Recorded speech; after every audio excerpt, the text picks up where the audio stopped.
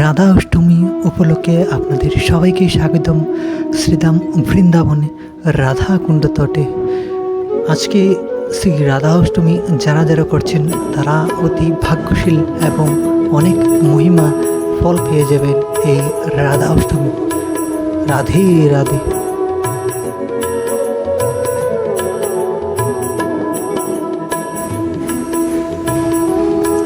আজকে যারা এই রাধা অষ্টমী ব্রত পালন করেছেন তাদের তো ভাগ্যের সীমা নেই, তারা অতি ভাগ্যবান। কেন জানেন? কারণ এই রাধা অষ্টমী ব্রত এত মহিমা, এই ব্রতের মহিমা শুনলে হয়তো অবাক হয়ে যাবেন। শাস্ত্রে বলছেন 1000 একাদশী ব্রত পালন করলে যে ফল লাভ হয়, শুধুমাত্র এই রাধা অষ্টমী ব্রত পালন করলে মানবের এই ফল লাভ হয়ে যায়। তার মানে 1000 একাদশী করলে যে ফল লাভ হয় মাত্র এই রাধা অষ্টমী ব্রত পালন করলে মানবের সেই ফল প্রাপ্ত হয়ে যায়। তাহলে বুঝুন এই রাধা অষ্টমীর কী মহিমা। দ্বিতীয়ত কথা হচ্ছে, যারা রাধা অষ্টমী ব্রত পালন ক্ষমা করবেন, যারা কৃষ্ণ জন্মাষ্টমী পালন করেছেন তারা যদি এই রাধা অষ্টমী ব্রত পালন না করেন তাদের সেই ব্রত বৃথা হয়ে থাকবে। কারণ ভগবান শ্রীকৃষ্ণের কৃপা পেতে হলে শ্রী রাধারানীর কৃপা আগেই পেতে হবে। রাধারানীর কৃপা ছাড়া কখনোই ভগবান শ্রীকৃষ্ণের কেউ প্রাপ্তি হতে পারবে না।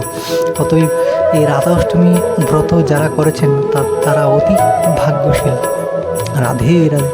তো দর্শন করতে পারছেন আজকে এই রাধাষ্টমী তিথিতে কত সুন্দর দৃশ্য লাগছে। আজকে আমাদের সেই দিব্য চিন্তামণি অপরাকৃত শ্রীধাম বৃন্দাবন রাধাকুণ্ড এবং শ্যামকুণ্ডের তটে কত সুন্দর বৃষ্টি বইছে। রাধে রাধে। ভিডিওটিকে যারা যারা দর্শন করছেন অবশ্যই একটি লাইক করে দিবেন এবং আপনাদের মতামত জানাবেন যে আপনারা আজকে কারা কারা এই ব্রতটি পালন করছেন।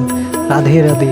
আর আজকের এই দৃশ্যটি দেখে আপনাদের যদি ভালো লাগে থাকে অবশ্যই আমাদের চ্যানেলটিকে যারা ইউটিউবে দেখছেন সাবস্ক্রাইব করবেন, আর ফেসবুকে যারা দেখছেন ফলো করে রাখবেন, আর পারলে সম্ভবত একটি লাইক করে দিবেন।